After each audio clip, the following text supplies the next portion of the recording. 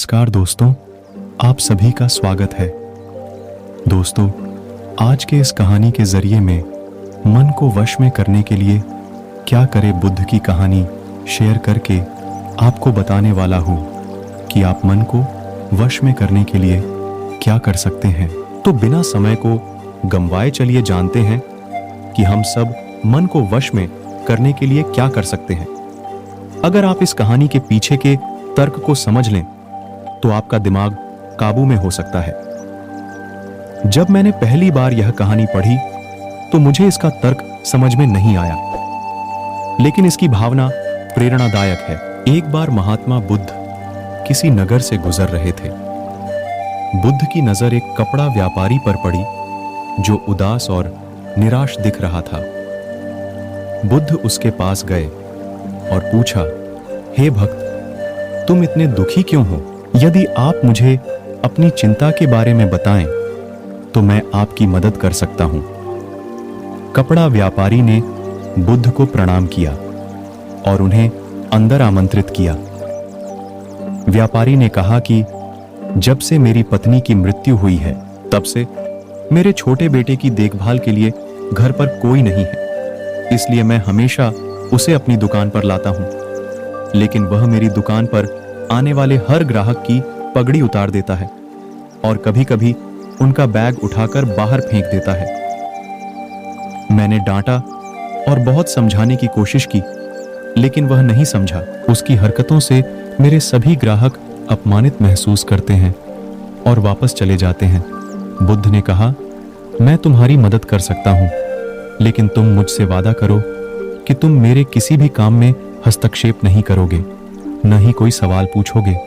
व्यापारी बुद्ध से एक वादा करता है। अगले दिन बुद्ध पगड़ी पहनकर आए और ग्राहक की तरह बैठे। व्यापारी के बेटे ने आकर बुद्ध की पगड़ी उछाल दी। महात्मा बुद्ध मुस्कुराए और बोले, बहुत अच्छा, जाओ और वह पगड़ी वापस ले आओ। वह बच्चा दौड़कर पगड़ी ले आया और बुद्ध को दे दी। अगले दिन बुद्ध एक कुल्हाड़ी और लाठी लेकर आए। लड़के ने फिर पगड़ी उछाली।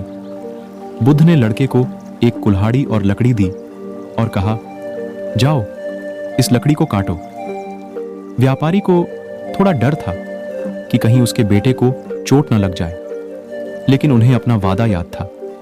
7 दिनों तक महात्मा बुद्ध कोई ना कोई नया काम लेकर आते और लड़के से करवाते। जल्द ही लड़का भूल गया कि उसे किसी की पगड़ी उछालनी है। व्यापारी बहुत खुश हुआ और बुद्ध को धन्यवाद दिया। मैं जानता हूं कि इस कहानी और मन के नियंत्रण के बीच कोई विशेष संबंध नहीं है, लेकिन पहले आप इस तर्क को समझ लें। यदि हम अपने मन को अपने अनुसार कार्य नहीं कराएंगे तो मन अपने अनुसार कार्य करेगा। यदि हम मन को अपनी इच्छानुसार नियंत्रित कर लें तो मन को नियंत्रित किया जा सकता है। मन 2 तरह से काम कर सकता है।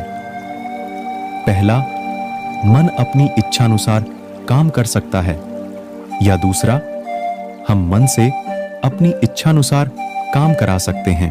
बुद्ध से मिलने से पहले लड़के का मन और मस्तिष्क अनियंत्रित रूप से उसकी इच्छा के अनुसार काम कर रहा था, लेकिन बुद्ध ने लड़के से अपनी इच्छा के अनुसार काम कराया, जिससे उसकी आदतें बदल गईं।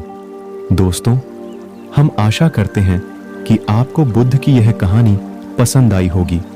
धन्यवाद।